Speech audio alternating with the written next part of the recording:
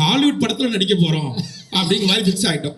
சரி ஹாலிவுட் படம் தானே நடிக்கிறதுக்கு போயிட்டோம். பார்த்தா ஹாலிவுட் கேமராமேனே அங்கே இருக்க உள்ள போன ஏய் மார்க் மார்க் மார்க்னா மார்க் எங்கே போயிட்டு மார்க்கில் நில்றா அப்படின்னாரு இவர். ஓகே அப்போ ஹாலிவுட் படத்தில் தான் நம்ம நடிக்க போகிறோன்றது முடிவாயிட்டு. ஆனால் பாதி நேரங்களில் இவங்க 2 பேரும் இங்கிலீஷில் மட்டும்தான் பேசிப்பாங்க. இதெல்லாம் நான் வந்து உண்மையிலேயே இந்த மேக்கிங் ஜாக்கி ஜான் படம் மேக்கிங்லாம் கடைசியாக போடுவாங்க, ஒரு கேமராமேனும் ஒரு டேரக்டர் இங்கிலீஷில் பேசுறதுலாம். இதெல்லாம் நான் பார்க்கும்போது உண்மையிலேயே இவன்கிட்ட சொல்லுவேன், நிறைய பேசுகிறாங்கடா ஆனால் ஒன்றும் புரியலடா. அவங்க பேசிப்பாங்க ஆனால் சரி இது சொல்லாமான்னு தெரில. பல நேரங்களில் வந்து நிக்கேத் வந்து சார்ஜ் எடுத்துட்டாருன்னா எங்களுக்கெல்லாம் பீதி ஆகிடும். அது நான் பரவாயில்ல, சில நேரத்தில் பிரதீப் ப்ரோக்கே அது பீதி ஆகிடும். பீதி ஆயிடுச்சுன்னா அவர் கொஞ்ச நேரத்தில் அவர் என்ன பேசுறாருன்னு அவருக்கு புரியாது. ஆனால் அவருக்கு ஒரு மல்டி பர்சனாலிட்டி இருக்குன்றதை நான் கண்டுபிடிச்சிட்டோம். என்ன திடீர்னு ஒன்று பேசுவார், திட்டிடுவார், ஓகே டார்லிங் நல்லா பண்ணு அப்படின்ட்டு போயிடுவார்.